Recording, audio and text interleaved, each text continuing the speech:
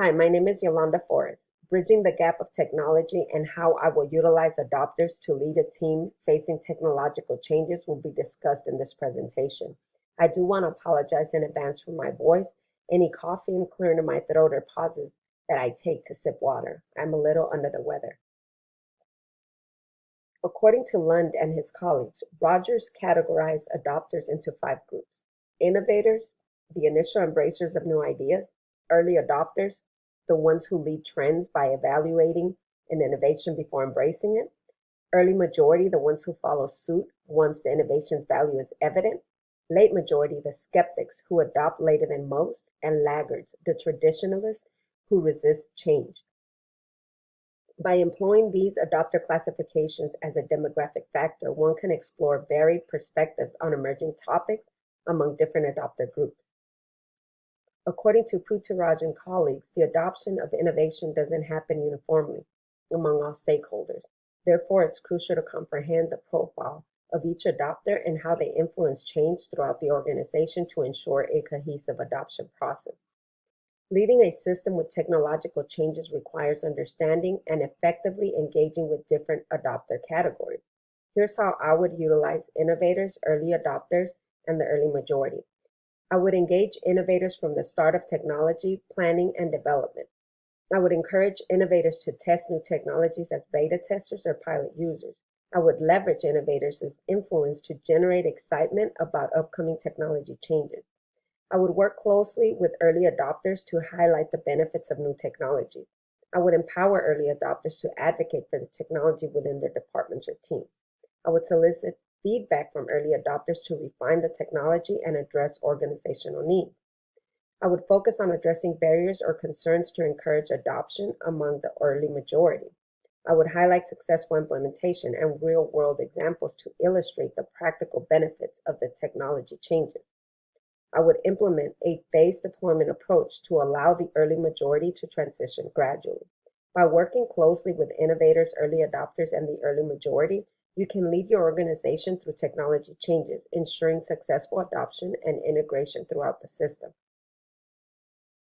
While Christ's ministry on earth wasn't explicitly focused on technology changes, his approach to working with different types of people can offer valuable insights into leadership and influence. Jesus often engaged with innovators or individuals who were open to new ideas and teachings. For example, consider his interactions with Nicodemus, a Pharisee who approached Jesus seeking spiritual understanding in John 3, 1 through 21. Nicodemus demonstrated a willingness to explore new perspectives, and Jesus engaged him in a deep theological discussion about being born again. Jesus often found support and followers among early adopters, individuals who were quick to embrace his teachings and message. For instance, consider the disciples Andrew and Philip, who immediately responded to Jesus' call to follow him in John 1, 35 through 51. They demonstrated a readiness to accept Jesus' message and became early supporters of his ministry. Jesus also interacted with individuals who represented the early majority, those who were more cautious and needed reassurance before fully embracing his teachings.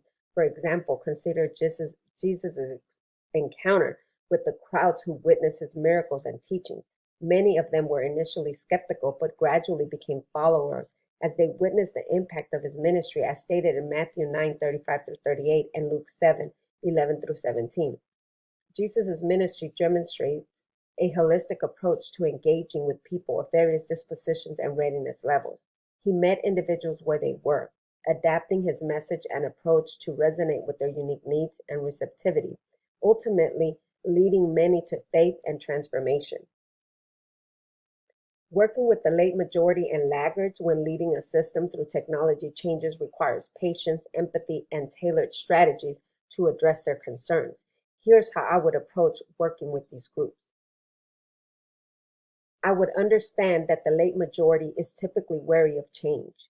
I would provide tangible evidence and real-life examples. I would offer extensive training and support materials to assist the late majority in overcoming any obstacles.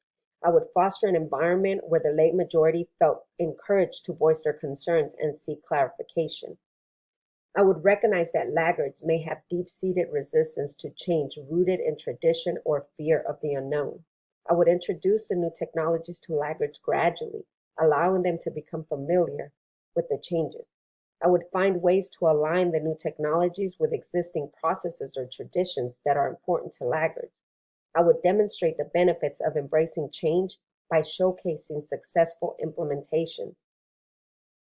Overall, working with the late majority and laggards requires a personalized and empathetic approach that addresses their concerns, provides support and reassurance, and emphasizes the tangible benefits of embracing technology changes.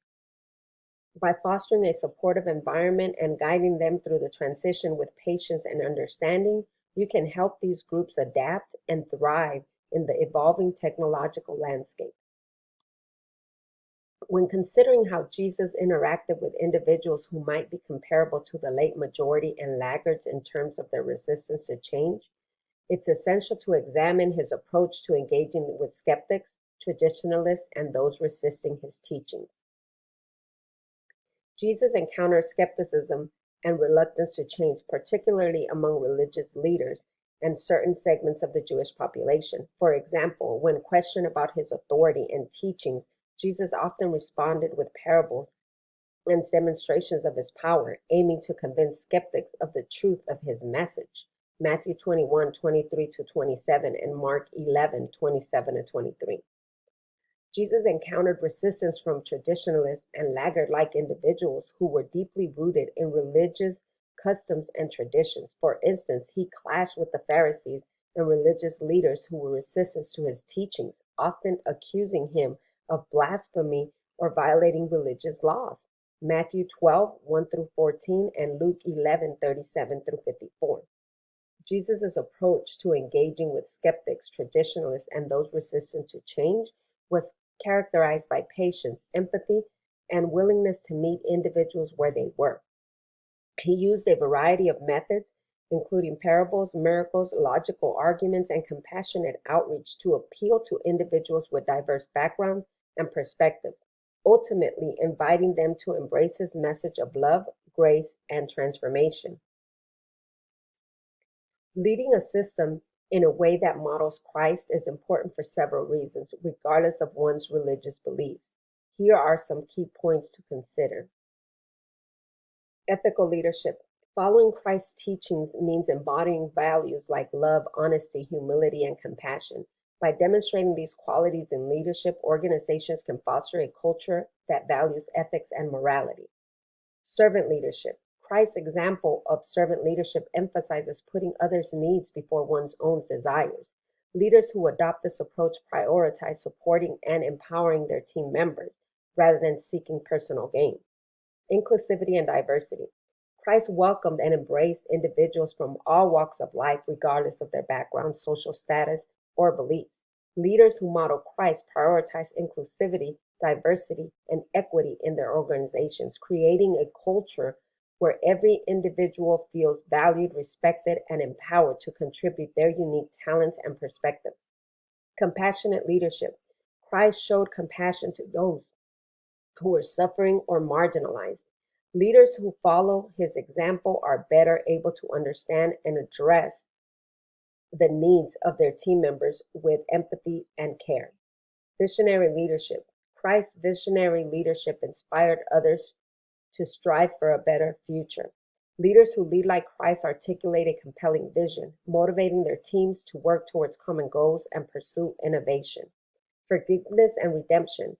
Christ's teachings on forgiveness and redemption remind leaders to extend grace and offer second chances to those who make mistakes. By practicing forgiveness, leaders create a culture of growth and redemption within their organization.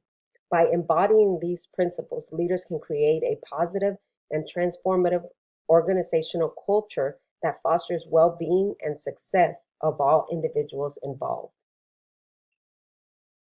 If you wish to learn more about what I just spoke about, here are the references. Thank you for your time.